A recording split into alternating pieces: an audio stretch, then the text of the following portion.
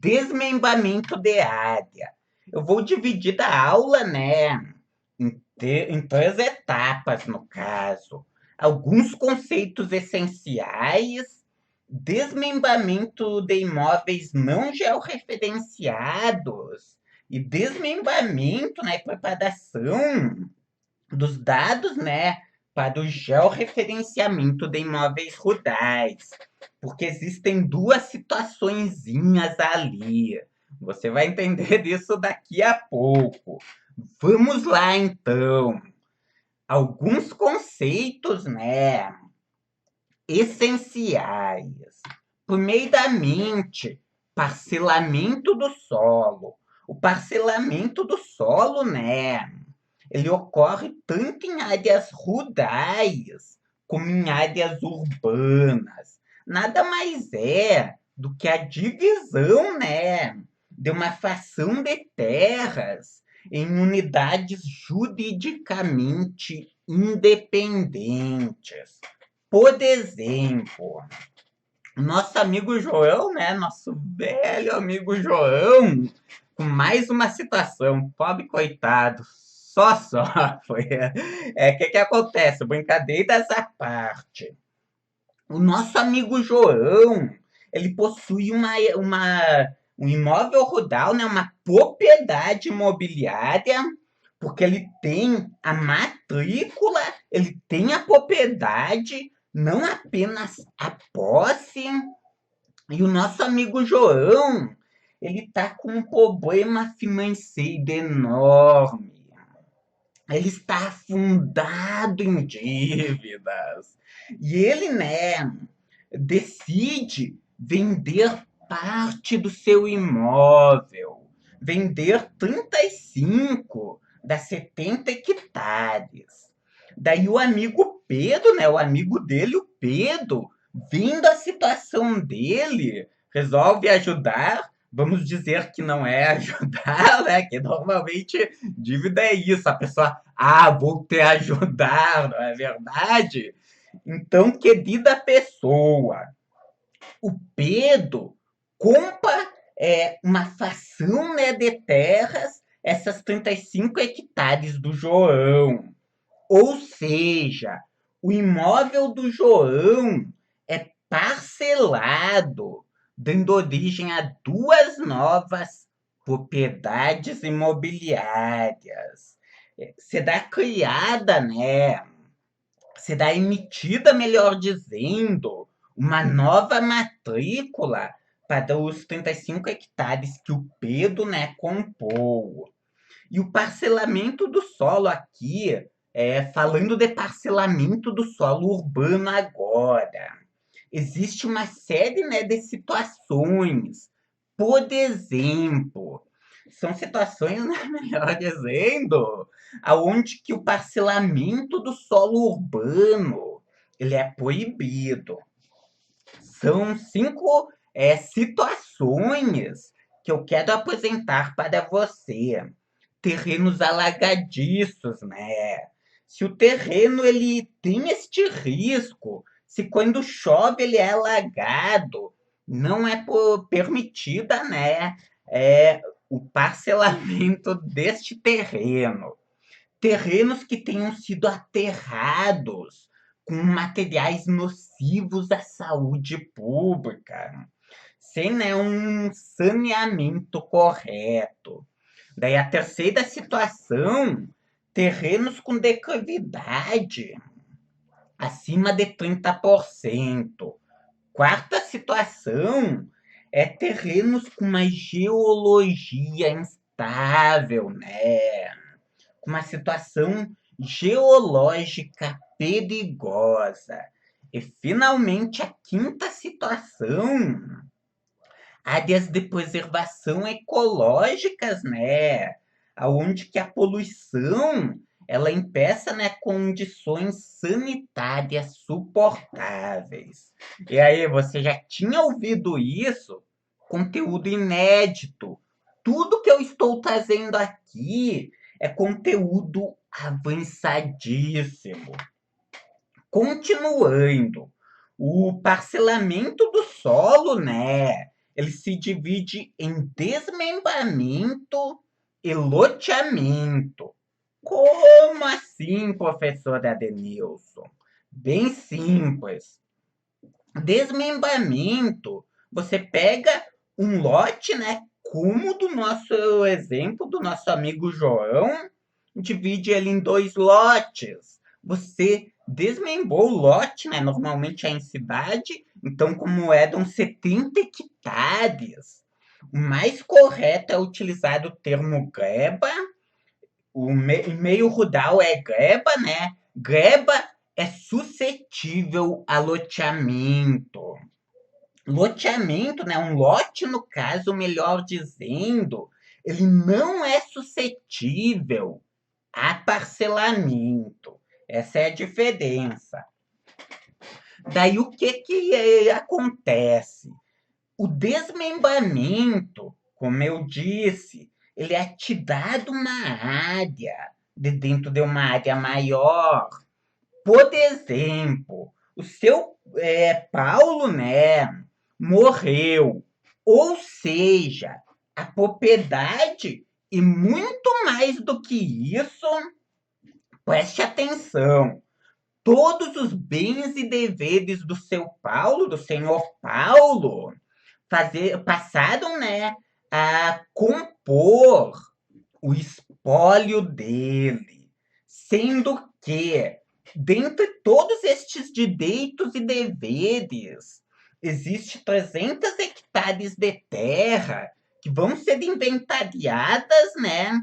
Todos estes direitos e deveres vão ser inventariados e a esposa, né, e os filhos, o senhor Paulo e a dona Maria, eles tinham dois filhos, né? A Elizabeth e o Henrique. Aonde que a Elizabeth vai ficar com 75 hectares. O Henrique, com os outros 75, né? Um quarto de área para cada um deles. E a Dona Maria, né? Ela vai ficar com 150 hectares, né? Então, essa área foi desmembrada. Perceba isso. Desmembramento, então, nós temos a matrícula, né? Com diversos registros. Por exemplo, o que é que pode acontecer? Foi feito o inventário. A dona Maria, né, ficou com 150 hectares, a Elizabeth com 75 e o Henrique com 75. O Henrique, o gurizinho lá, piazinho de 8 anos, herdou 75 hectares. Ah, eu queria herdar 75 hectares, você pensou, né? Enfim, querida pessoa, o que é que acontece? Essas áreas, elas não foram medidas, elas foram desmembradas, porém, não foi feita a emissão de novas matrículas, ou seja, elas ficaram como registros dentro da matrícula mãe. Ou seja, né, nós temos essa situação. Eu até coloquei fazendo um esboço no Paint, mas eu acho que não precisa. Esses imóveis, né, eles vão estar em uma posição flutuante. Vou fazer daqui um esboço, então, no Paint mesmo, simples, mas poderoso, quando corretamente utilizado, né? Então, o que é que acontece, querida pessoa? Nós tínhamos um imóvel com 300 hectares e a dona Maria, ela ficou, né, com 150 hectares, que estão em uma posição flutuante. Ou seja, na teoria, né, nós não sabemos. Vou diminuir para ser mais fácil de mostrar em que posição aqui dentro deste imóvel que a área de Dona Maria, né, da Dona Maria está. ela pode estar em qualquer posição. É uma posição flutuante, perceba isso. E isso gera problemas. Isso traz sérios problemas para o profissional de registro de imóveis. Daqui a pouco ele pega uma matrícula com 20, 30, 40 registros nessa matrícula. Ele começa a fazer, né? Começa a existir o desmembramento. Daqui a pouco surge uma matrícula, né? Imagina o seguinte: deu uma matrícula que tinha 1.000 hectares, surge uma matrícula com 100, outra com 300, né? Uma outra com 200 hectares. Daqui a pouco já não se sabe mais, né? O profissional de registro, ele já não sabe mais da área mãe, quais áreas que foram, né? Que gerou-se novas matrículas e quais que ainda, e qual área que ainda é uma área remanescente, né? Que ainda pertence à matrícula mãe. Então, isso é a lei que me fugiu o nome está daqui a pouco. Enfim, eu vou falar sobre isso. Vamos abrir um loop aqui e daqui a pouco eu trago como que nós solucionamos, né, este problema do imóvel flutuante, dessa área que aparece como um registro dentro de uma área maior. Continuando aqui, o que é que acontece? Imagine o seguinte, que você precisa fazer do parcelamento, né? Que você, por exemplo, é dono dessa propriedade aqui, deste imóvel rural. Ele tem 500 hectares e você separou 100 hectares aqui e quer vender. Porém, você não pode simplesmente sair vendendo essa fração de terras, porque existe algo chamado de fração mínima de parcelamento. Você vai conseguir vender somente se essa área for maior que a fração mínima de parcelamento. Então, o que é a fração mínima de parcelamento, professora Denilson? Ela foi criada, né, pela Lei 5868 de 72, e nada mais é, como eu disse, que a área mínima na qual um imóvel rural pode ser parcelado. O órgão, né, que é responsável pela regularização do uso do solo é o INCRA, né? E o mesmo leva em consideração a função social da terra. Veja bem, o INCRA, ele possui uma visão diferente da visão do IDIB, né? O INCRA, ele olha o solo, né? O imóvel rural, ele utiliza esse termo, imóvel rural, que é um imóvel, né? Que pode ter áreas de posse, pode ter matrículas, pode ter uma situação mista. O que interessa para o INCRA é o uso social da terra. O INCRA, ele legisla, né? Ele cuida se os imóveis estão cumprindo com suas funções sociais. Ou seja, se o imóvel não é produtivo, o INCRA vai fazer reforma agrária. E ele utiliza esse termo, né? Módulo rural, que é a área na qual a família consegue tirar do seu sustento. E o tamanho, né, do módulo rural e do módulo fiscal, na realidade, eles mudam, né, de município para município. Como assim, professor Adenilson? Módulo rural, módulo fiscal, qual a diferença? Bem simples, né? A termos de uma maneira, né, curta e grossa, sem muito folheamento, né? O módulo rural é a área na qual a família consegue se manter.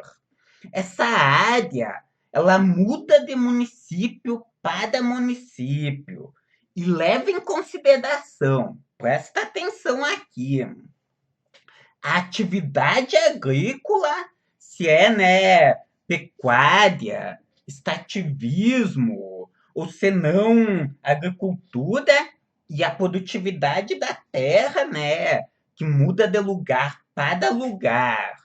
Ou seja, o tamanho do módulo rural, ele muda.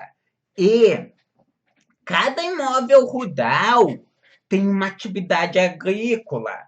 Por exemplo, nós podemos ter dois imóveis rurais se confrontando. Um imóvel rural possui como atividade principal a agricultura. E essa família, ela consegue se manter, né, em uma área de 17 hectares.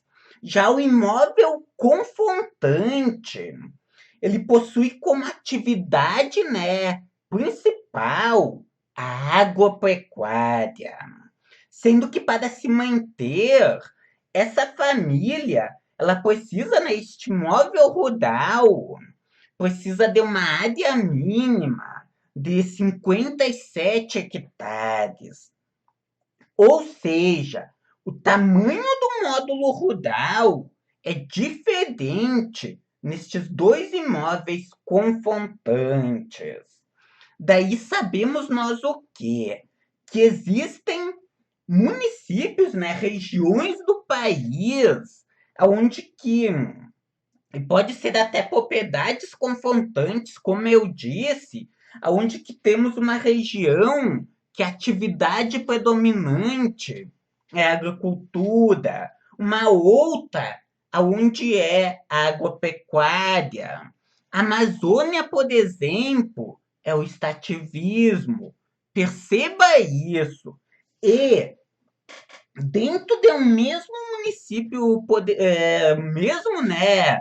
Por exemplo, nós podemos ter, aqui no Rio Grande do Sul, por exemplo, parte do município no bioma Pampa, outra parte do município no bioma, né, Floresta Atlântica, enquanto que uma parte para a família, né, conseguir se manter é necessário de uma área de 60 hectares, na outra é necessário uma área de 7 hectares, de 10 hectares. O município da onde que eu sou origem, por exemplo, Pinhal Grande, na Nova Palma, também aqui do lado, na região central do Rio Grande do Sul, tem esta característica. Uma parte do município é Mata Atlântica, a outra né, como eu disse, é Pampa.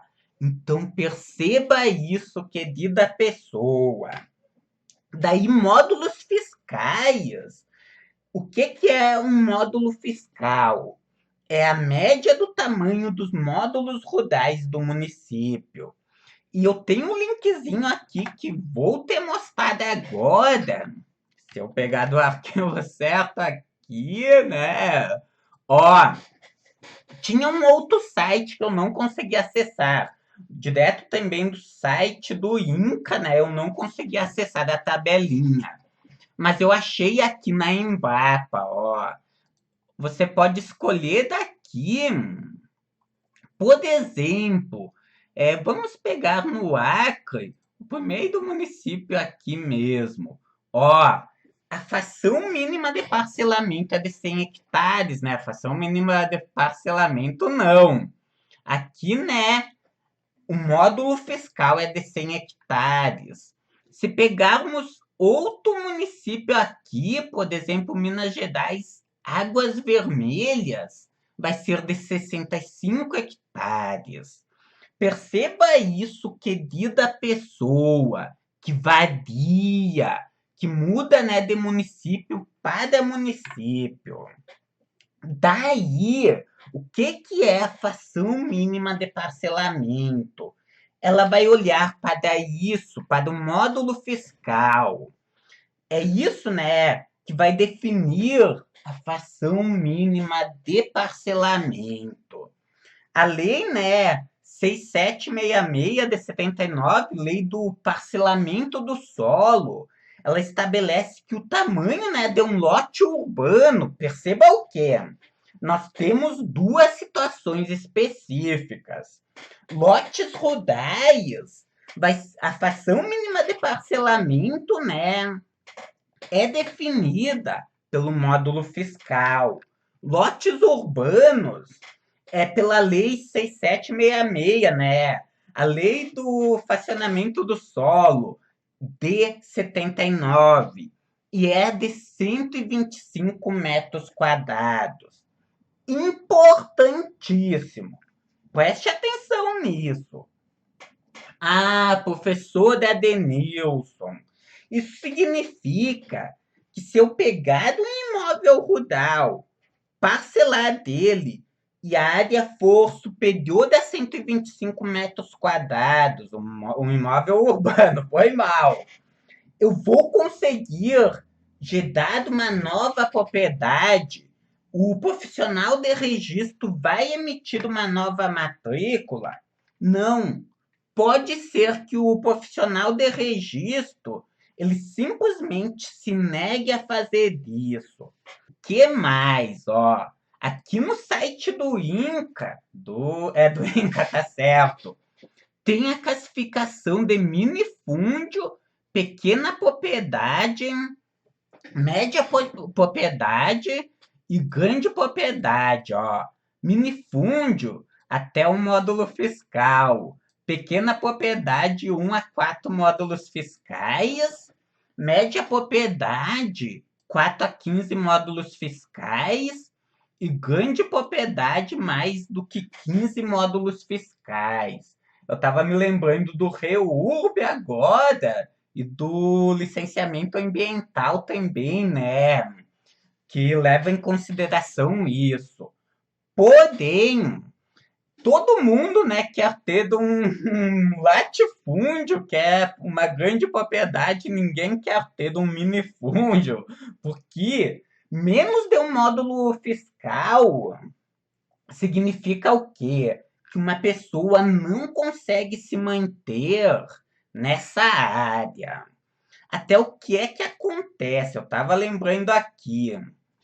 Nós temos em Santa Catarina, por exemplo, uma situação bem atípica. Lá existe um grande número de propriedades com menos do que um módulo fiscal, né? Com menos do que a fração mínima de parcelamento. Porém, a atividade predominante é a criação de frangos, é a avicultura, né, ou a suinocultura, a criação de suínos. Então, o que é que acontece?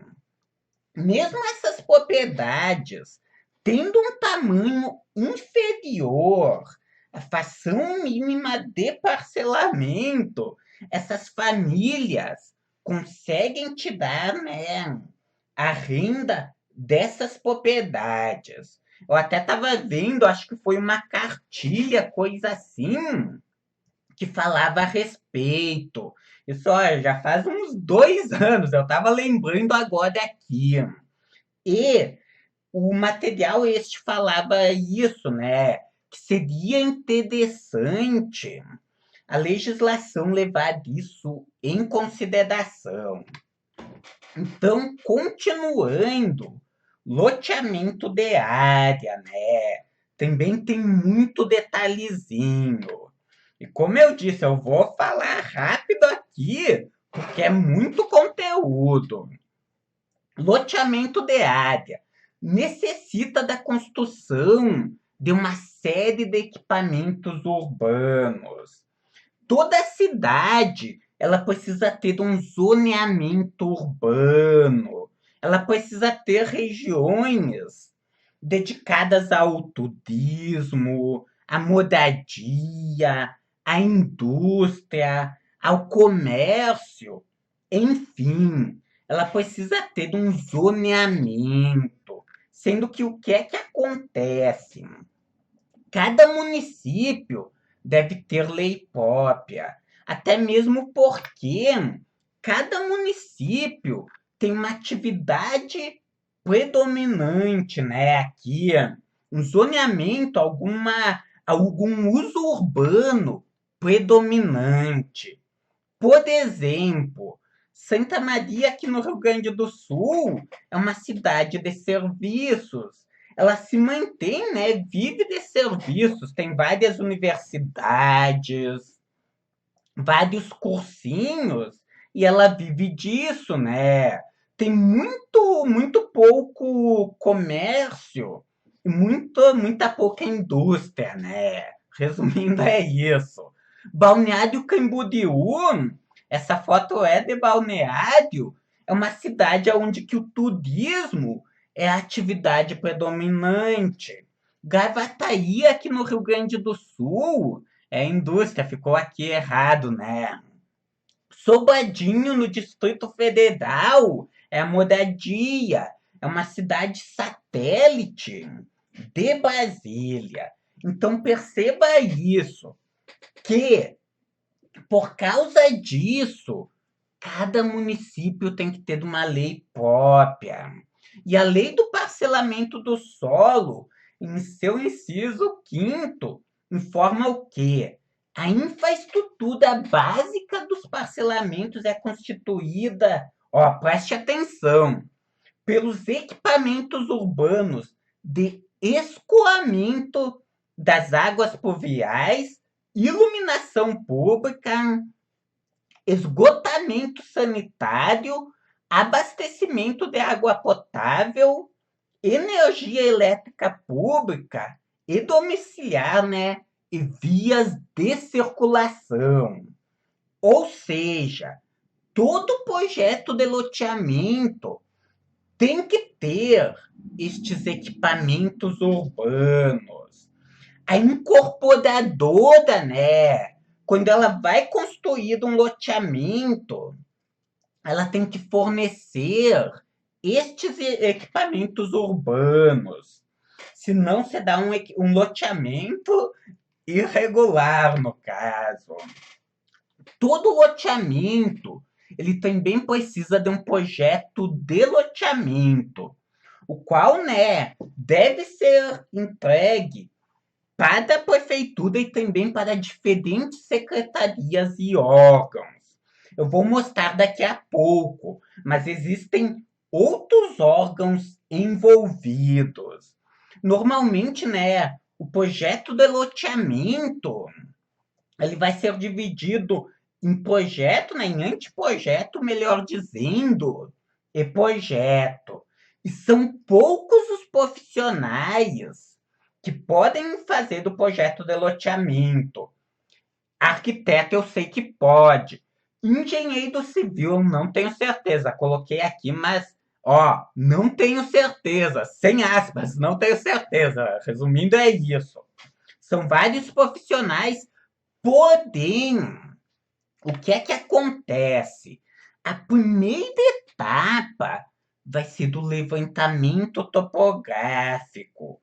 Ou seja, nós, né, um agrimensor vai ter que fazer do levantamento topográfico para a elaboração do projeto, né? E nós temos aqui, então, um projeto de loteamento. Aqui tem todos aqueles usos, né? Tudo isso aqui, né? Todos estes equipamentos urbanos precisam, né, constar no projeto de loteamento aqui. Até aqui tem toda, né, uma classificação e consta tudo isso aqui. Perceba o que, né, no caso? que um empreendedor ele pode cometer o seguinte erro. Ele pode pegar um imóvel, né? Uma matrícula, uma propriedade, e sair dividindo em lotes, né? Pegar e dividir em uma série de lotes, sem se preocupar, chegar até o registro de imóveis.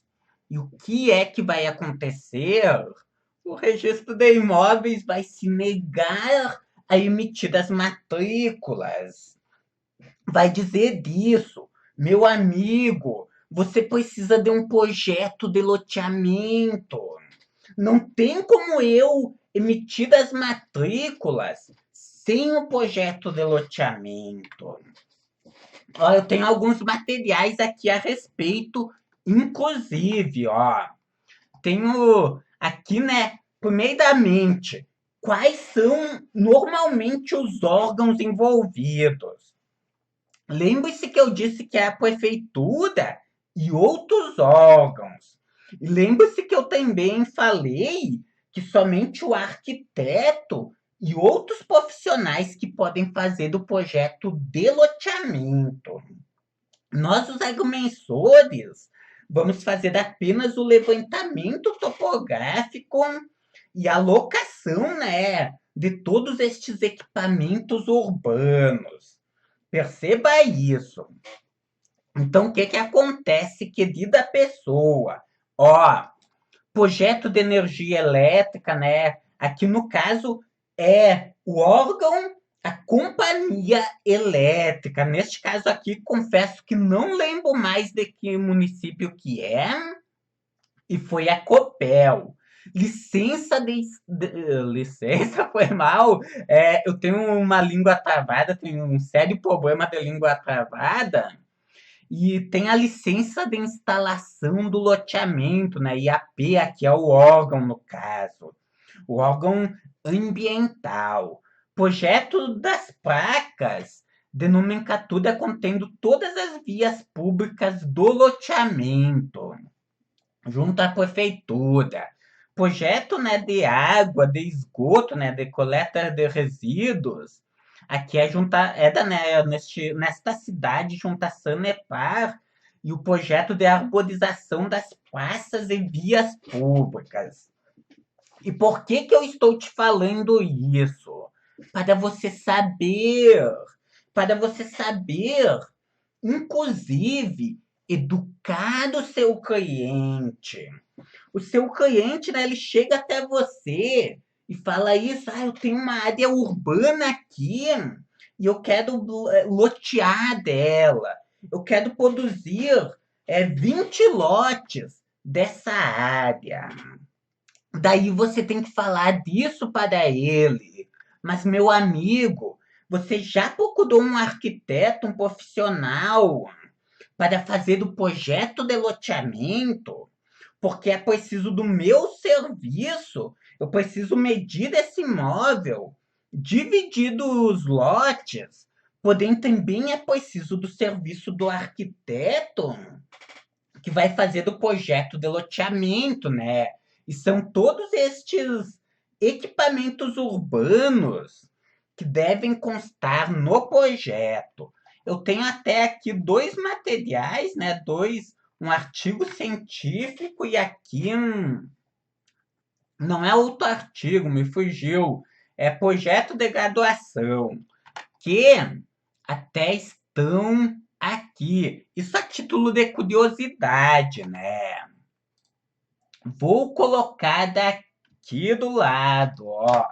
Aqui na área de comentários.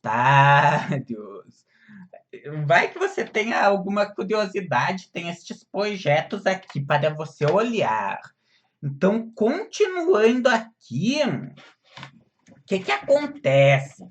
Lembre-se do loop que eu abri lá no início do vídeo, né? No início da aula, que eu dei aquele exemplo que o empreendedor chegou até o registro de imóveis e o profissional de registro se negou a emitir as matrículas. Imagine o seguinte, que vamos pegar um nome alguma pessoa que não tenhamos usado para ficar mais fácil. Que o Cássio, o nosso amigo Cássio, possui uma área aqui de 2.250 hectares. E ele vendeu parte dessa área para o Marcos. Ou seja, metade deu 1.125 hectares.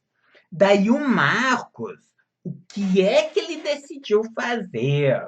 Ele decidiu, né, lotear dessa área.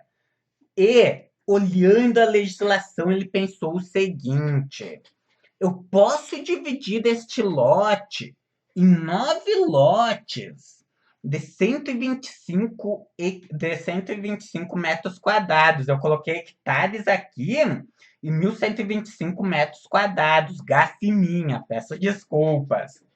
Só que ele faz isso, chega até o profissional de registro de imóveis, e o profissional de registro de imóveis se nega a emitir a matrícula, porque precisa de um projeto de loteamento. E, naturalmente, aqui é uma situação que é impossível o profissional de registro emitir uma matrícula. Perceba que existe até um lote encravado aqui. A pessoa vai nascer asas na pessoa e ela vai ir voando para o lote dela. Então perceba isso, que não é só sair loteando, que é necessário o projeto de loteamento. Diferença entre lote e greba, então, né? Lote origina, greba melhor dizendo, origina lote. O lote tá lá, né, na lei do parcelamento do solo. Ele é uma porção de terra dotada dos melhoramentos necessários para a utilização. Resumindo, um lote ele tem um tamanho que não tem como ele ser parcelado. Vai ficar com menos de 125 metros quadrados. Daí temos, né, na sequência aqui, na cascata, uma série de outros termos. Loteamento clandestino. É um loteamento, né, um parcelamento do solo, que ele não foi aprovado pela prefeitura. Quando vê, ele não tem um projeto de loteamento, porque todo loteamento precisa de um projeto. Loteamento irregular, ele até que foi aprovado pela prefeitura, mas não foram emitidas as matrículas, né, dos lotes. Ah, professor Adenilson, talvez você tenha, né, essa dúvida. Um cliente, ele possui um minifúndio, né, uma área rural, e quer fazer do parcelamento dessa área. Como que eu devo proceder? Muitos alunos já me fizeram esta pergunta.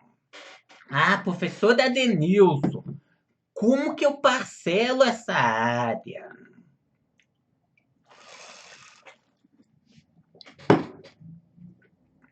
Só tomei uma aguinha, né? Então vamos lá. Este é o típico caso de chácaras rurais. Alguns municípios, né, eles possibilitam o loteamento de chácaras urbanas, normalmente no local destinado ao turismo. Porém, áreas com uma área inferior, né, à fração mínima de parcelamento pode serem regularizadas, né, via usucapião. O que que acontece? Nós temos duas situações distintas. Temos, né, essa chácara rural que teoricamente não tem como ser regularizada, a não ser agora com o REURB, né, os núcleos rurais. Porém, imagine uma chácara isolada em um ambiente rural. Não tem, se nós seguirmos a legislação clássica, se nós formos Com o desmembramento, com a medição, né? Planta memorial descritivo e a RT, até o profissional de registro, o mesmo vai se negar a emitir a matrícula. E isso porque, preste atenção, é o imóvel rural que está no centro do processo. Porém, existe uma situação na qual pode ser feito o desmembramento. E que situação que é essa? Bem simples. Quando for o direito à propriedade que estiver no centro do processo, porque o direito à propriedade é um direito superior. Preste atenção. O direito à propriedade, né?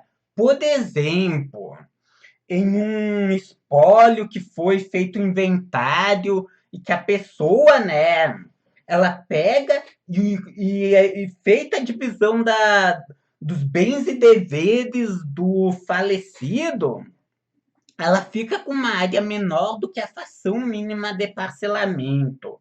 Nestes casos, vai ser emitida a matrícula, né, com a medição no caso, porque o que está no centro, preste atenção, não é o imóvel rural, é o direito à propriedade. Uso capião é a mesma coisa. O que está no centro do processo não é o imóvel rural, é o direito à propriedade. Sempre que for do direito à propriedade que estiver no centro do processo, vai ser possível, né, a emissão da matrícula. Então, eu não consigo, né? Só tá quente aqui, eu peço desculpas por isso.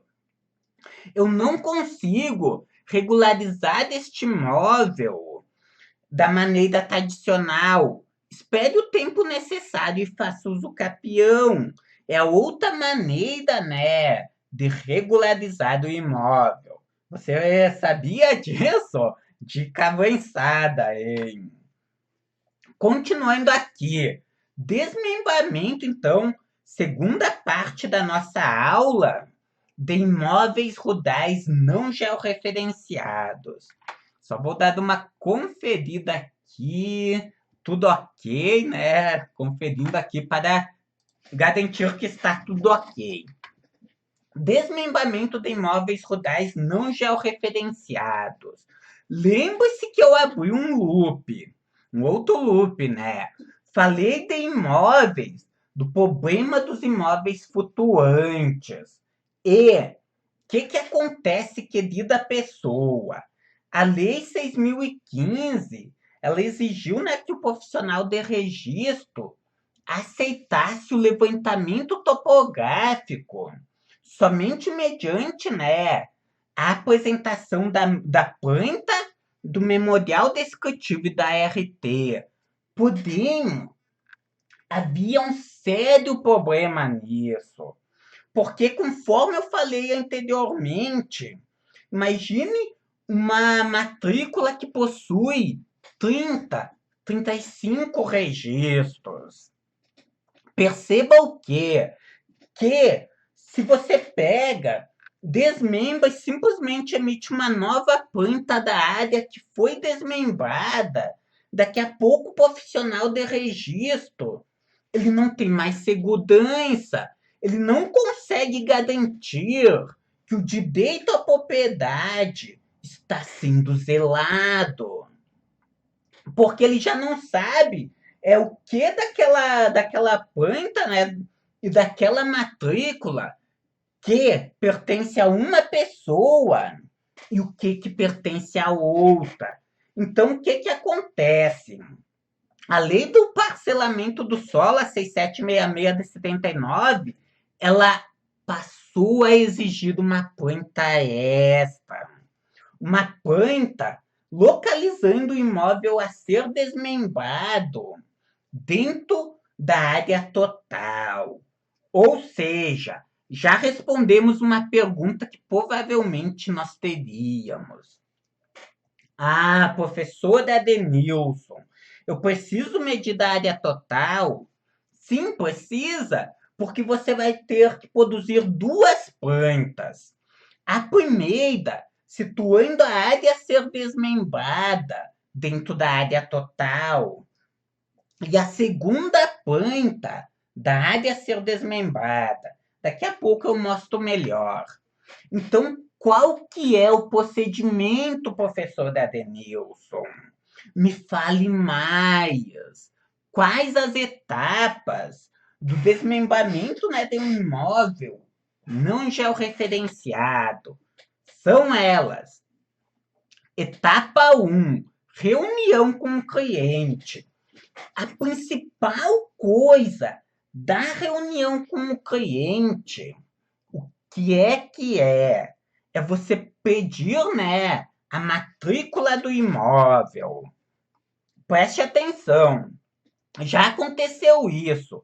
Alguns dias atrás, um profissional, né, entrou em contato comigo e começou a falar assim: ah, que o proprietário, ele disse que o imóvel dele tem 55 hectares. E continuou falando, eu disse: calma, meu amigo, né? Me mandou o áudio falando isso.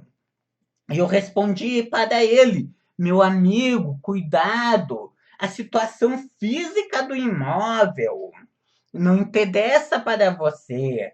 Até é importante o proprietário, né, ter falado isso. Qual que é a área do imóvel? Porém, você tem que olhar para a situação jurídica. Ou se for para o caso, né? Se é uma situação onde que nós temos matrícula, né? Propriedade e temos também uma área de posse. Então, sempre peça a matrícula e sempre interprete bem a matrícula. Eu ensino isso lá no Topografia Cadastral na Prática, lá no método georreferenciamento sem mistérios também. Bem, né? Vou de maneira bem passo a passo mesmo, mostrando toda essa parte de reunião com o cliente, de planejamento para ir a campo também na segunda etapa, que normalmente se divide em pré-ida a campo, pré-ida a campo e ida a campo. Pré-ida a campo é aquele planejamento que começa dias antes, né? Verificando a previsão do tempo, verificando se você tem marcos suficientes.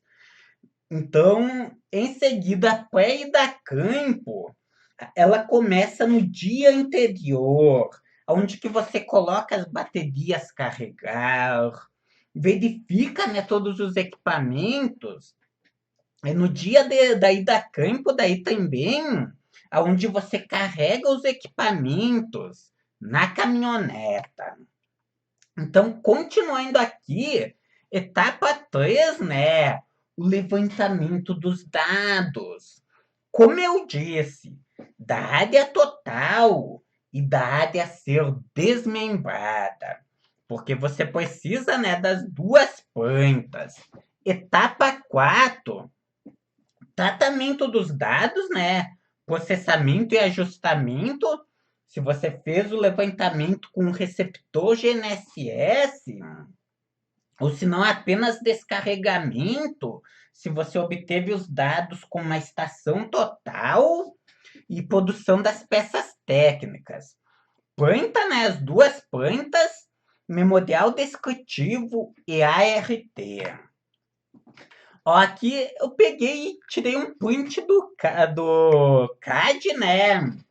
Do desenho, situando a área total e a área a ser desmembrada. Em seguida, daí a planta da área a ser desmembrada. Somente para você ver daqui, né? Aprender quais são as etapas, no caso. Procedimento daí, a quinta etapa é locar, né, os vértices a campo, locados marcos a campo. E o que é que acontece? Você não precisa, preste atenção nisso, né? Importante. Você não precisa ir 2 vezes a campo. Você pode ir somente uma vez e fazer, por exemplo, isso aqui. Você vai a campo, loca o seu, levanta, né, o perímetro da propriedade, abre o AutoCAD lá, o seu software topográfico, ou se não, abre o ServiceE, no ServiceE mesmo aqui, ó, na guia mapa, né? Você tem aqui as ferramentas e vai ter da parte de divisão de área. Agora até me fugiu aonde que está aqui, né? Tem aqui em Kogô área aqui, ó. Área, daí ele utiliza, né, área quebrada ou área deslizante. Como eu disse, eu estou com o ServiPC aqui, mas ele é uma cópia idêntica, né? É a cópia para o PC de campo do ServiceE. Ou seja, você pode ainda a campo fazer, né, a divisão da área utilizando o ServiceE, mesmo se você tem um receptor GNSS, ou ServiPC, se você leva um notebook a campo, enviar os dados, né? Ó, aqui no mapa, o que é que acontece? Ele trabalha no ServiceE com arquivo DXF e DWG. Então, você pode importar, exportar os dados e ainda a campo, já alocados marcos. O marco, né? Os marcos, se for mais de um marco, perceba isso, querida pessoa. Não tem por que você perder tempo tendo que ser deslocado um outro dia, né? Até a propriedade, somente para fazer a alocação dos dados. É óbvio, cada situação é uma situação, né?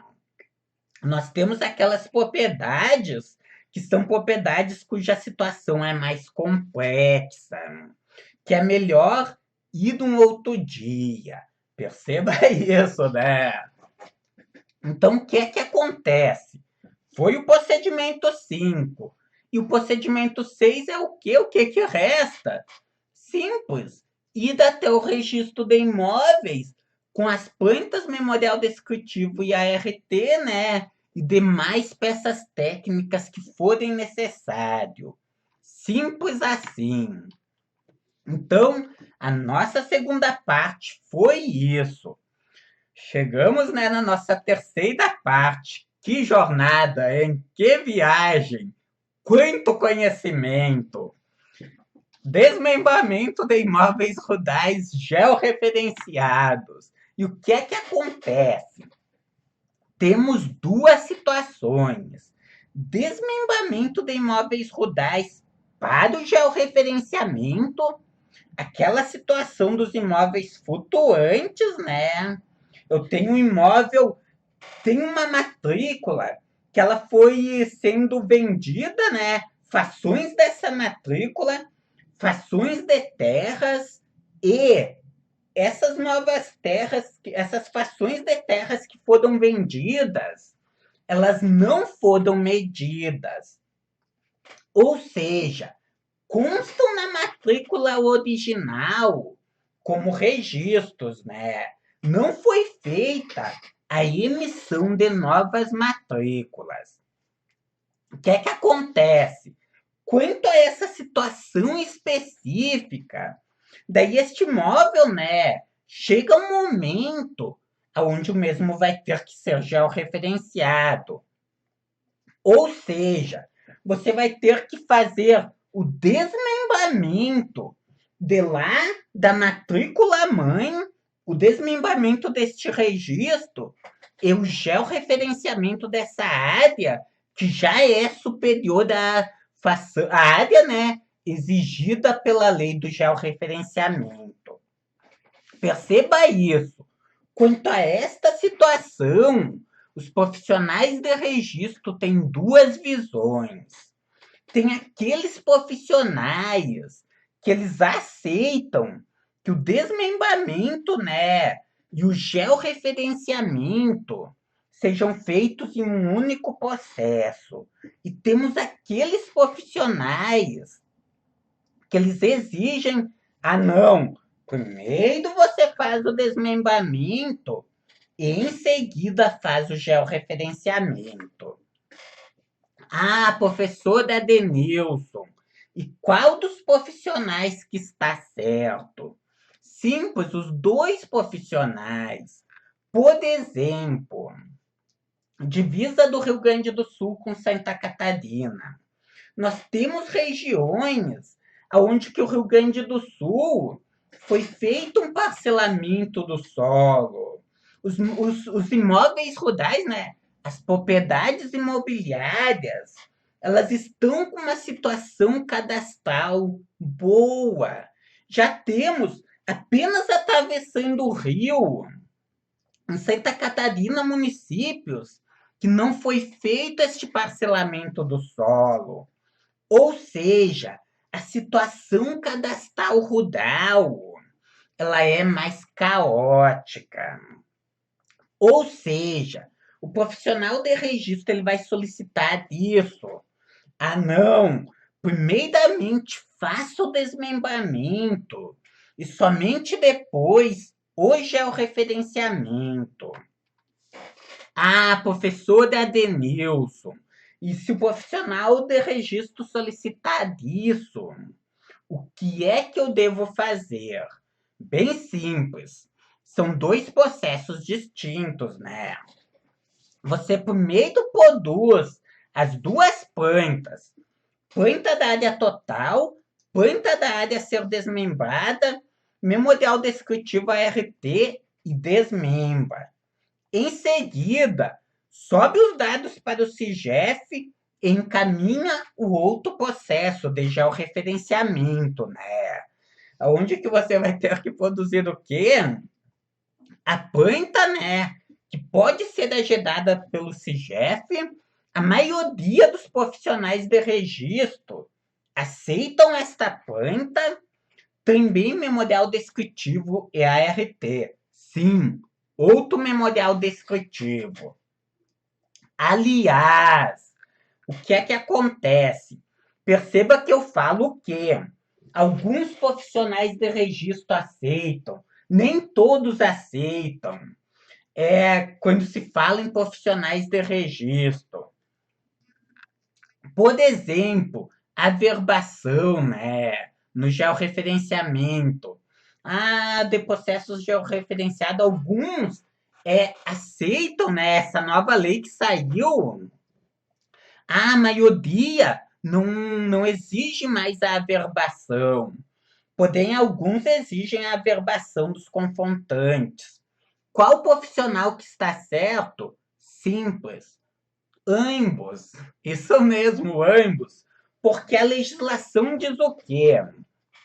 Que o profissional de registro ele tem toda a liberdade para exigir tantos documentos quanto os que ele achar necessário, né? Porque ele tem que ter a segurança que o direito à propriedade está sendo preservado. Então, resumindo a ópera, é isso, né? O profissional de registro ele tem toda a liberdade. Ele pode pedir tudo que ele achar necessário, as peças técnicas, plantas e coisa e tal. Teve um profissional em um grupo do Facebook certa vez que falou isso, né? Comentou em uma postagem que eu fiz. Professor Adenilson, os profissionais de registro devem, né? Como que se estivesse dizendo, eles são obrigados a aceitar a planta sem a averbação. Cara, não é bem assim. Os profissionais de registro, eles têm toda a liberdade de terem, né, de garantirem isso. Eles têm liberdade para isso, para garantirem que o direito à propriedade está sendo preservado. Então, acho que uma colocação importante. O próprio Eduardo Augustinho Arruda Augusto, no seu livro, né? Eu comprei esse livro, eu tenho ele. Talvez tá aí uma boa ideia. Aham. E aí, talvez eu disponibilize para os alunos que adquirirem um acesso premium. Tá aí, vou disponibilizar. Eu não deveria fazer isso. Porém, para quem adquirir o acesso premium, eu tenho ele em PDF e eu vou disponibilizar. Vou colocar, assim que terminada a aula, lá na área de membros. E o que é que acontece? O próprio Eduardo Augusto, né? Ele fala o quê? Que, com o tempo, a tendência é que os profissionais de registro se adequem, que não exijam, né, dois processos. Primeiramente, o desmembramento, e em seguida, o georreferenciamento. Então, este foi o desmembramento de imóveis rurais para o georreferenciamento. Agora vamos ver da outra situação. Nós temos um imóvel rural georreferenciado e precisamos desmembrar dele. Qual o procedimento, né? Simples. O profissional precisa produzir duas plantas. A primeira, né, da área total a ser desmembrada e a segunda, né, da área do imóvel a ser desmembrado. Mesmo procedimento de antes. E veja aqui o modelinho de planta que eu produzi. O que você achou? Que imagem linda, não é verdade?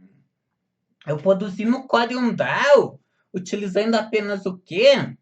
Tons de cinza. Isso mesmo. Conhecimentos, né? O cara hoje em dia tem que ter um pouco de conhecimento de designer. Utilizando tons de cinza, e também eu utilizo muito cores contrastantes, né? Para chamar mais a atenção. Conhecimento extra. Desmembramento de imóveis rurais georreferenciados, então. A área desmembrada deve obrigatoriamente ser georreferenciada. Preste atenção. Talvez você pense isso. Ah, professor Adenilson, mas eu vou desmembrar uma área. E a área resultante, ela tem um tamanho menor do que a área, né, exigida para o georreferenciamento. Eu não preciso georreferenciar dessa área filha? Sim, precisa. Por quê? Imagina o seguinte, hoje você pega e georreferencia uma área. Amanhã, parte dessa área é desmembrada e você tira ela do CIGEF. Daqui a 1 mês, 2 meses, 2 anos, essa área, né, é comprada por outra pessoa, gera-se uma nova matrícula e ela fica com uma área maior de novo do que a área que tem que ser georreferenciada e volta para o CIGEF. E é uma dança sem fim, né? Entra no CIGEF e sai do CIGEF. Entra de novo do CIGEF e sai do CIGEF. Daqui a pouco, o que é que acontece? O CIGEF ele se torna caótico. Os profissionais do INCA já não sabem mais que áreas que foram georreferenciadas e que áreas que não foram georreferenciadas, que não estão, né, dentro do que a lei exige. Ou seja, uma vez que um imóvel rural, que uma propriedade imobiliária, melhor dizendo, entra no CIGEF, ela não sai mais do CIGEF. Foi desmembrada com uma área menor, é feito o desmembramento, procedimento indireto, e a área continua no CIGEP. Preste atenção, nós temos procedimentos diretos e procedimentos indiretos. Já o referenciamento de imóvel rural, procedimento direto. Desmembramento, remembramento, retificação de imóvel rural georreferenciado, procedimento indireto. Ou seja, é preciso a análise por um profissional do INCRA. E o que é que acontece? Temos outras duas situações, né? O georreferenciamento, o desmembramento de um imóvel georreferenciado, melhor dizendo, né? Com a criação de um novo ponto. Ó, tem um ponto lá em cima, ou lá em cima, né? E lá ele ocupou um vértice, né? Uma mudança de ângulo existente. Aqui embaixo, criou-se, né? No caso, foi mal, um novo ponto. Você vai ter que ir a campo, locar este ponto. Também precisa medir, né? O perímetro da propriedade mãe e precisa, né? Produzir as plantas e as planilhas planilhas dos DXF, né? No caso, arquivos DXF e enviar depois, eu vou mostrar em seguida as etapas que precisa enviar isso para o CGF. Então, primeira situação é essa. Segunda situação, você não cria uma nova mudança de ângulo. Você utiliza aqui duas mudanças de ângulo existentes. Neste caso, não precisa ir a campo, né? Somente para você guardar. Em todo o processo de desmembramento, se dá necessário, né? Ó, preste atenção. O encaminhamento de um requerimento de desmembramento.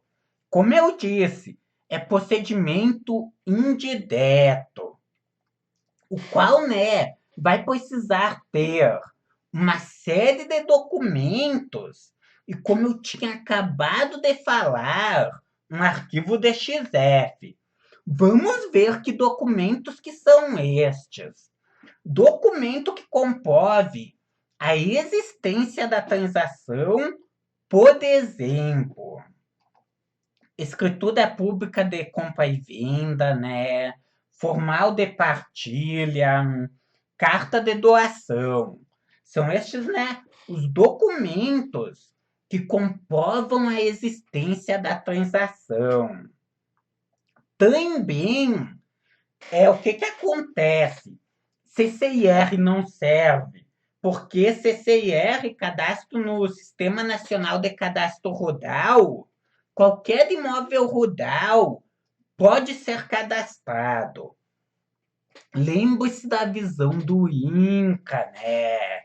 Imóvel rural, um prédio rústico, que possui áreas de posse e propriedades que pode possuir. Então, CCIR não serve. Próximo documento, o requerimento do proprietário, né, do imóvel, solicitando, né, este desmembramento. Tem que ser do proprietário, não pode ser de você. Até nem deveria passar esses conhecimentos avançados. Mas, como eu disse, eu quero realmente ter ajudado. O que acontece? É uma dúvida comum e acontece muito. Vários alunos me relataram isso. Lá do georreferenciamento sem mistérios, principalmente. Este, né, não sei se você sabe, mas é o mais completo curso de georreferenciamento do país. Nas próximas aulas eu conto a história. Cara, foi uma baita jornada, uma baita história. toda a criação do georreferenciamento sem mistérios. Numa próxima aula eu conto a história para você. Então, né, voltando aqui para a nossa aula, o que é que acontece? Nós temos este requerimento que o proprietário é que tem que emitir, né? Tem que ter o reconhecimento de firma, assinatura do proprietário. E por que dele? Como eu disse, acontece muito do profissional que está acompanhando, né? Do agricultor que está acompanhando assinar. E o que é que vai acontecer é que o profissional do INCRA não vai dar, né? Não vai possibilitar o desmembramento. Porque, simples, pense aqui comigo, né? Pense aqui comigo. Utilize a sua massa encefálica. Se uma outra pessoa pode acessar o CIGEF e encaminhar, né, um requerimento solicitando o desmembramento de um imóvel georreferenciado. Uma pessoa que não é o dono, isso significa que qualquer pessoa pode fazer isso. Se qualquer pessoa pode fazer isso, isso significa que o direito à propriedade já não é mais garantido.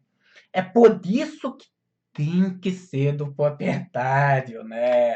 Não pode ser de outra pessoa. Sendo que, ó, a planilha ODS, você também tem que mandar da planilha ODS, né? Que tem que ser preenchida na guia de identificação com os dados da propriedade a partir da qual está sendo desmembrado. Isso mesmo, preste atenção. Aqui os profissionais erram muito. Eles pegam e preenchem com os dados aqui do detentor e da área do imóvel, né? Que foi desmembrado, que está em processo de desmembramento. E erram. E o profissional do INCRA não aceita, porque tem que ser dos dados da propriedade mãe, de quem que está desmembrando, né? Daí a guia perímetro, ela deve ter tantas guias quantas forem necessárias, né? Sendo que a primeira parcela te dá a denominação aqui, ó, de parcela 1 e o número 1. E a segunda parcela, né, parcela 2 e o número 2.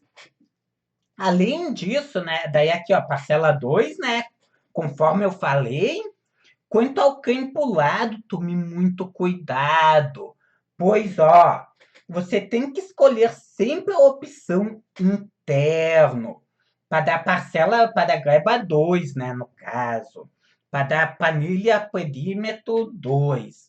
Isso porque não se trata de uma área encavada. E uma vez, né, que a planilha ODS ela esteja preenchida, é só enviar ela para o CIGEF com os demais documentos e o arquivo DXF em anexo. Então, é este o procedimento, né, para o desmembramento de imóveis rurais georreferenciados.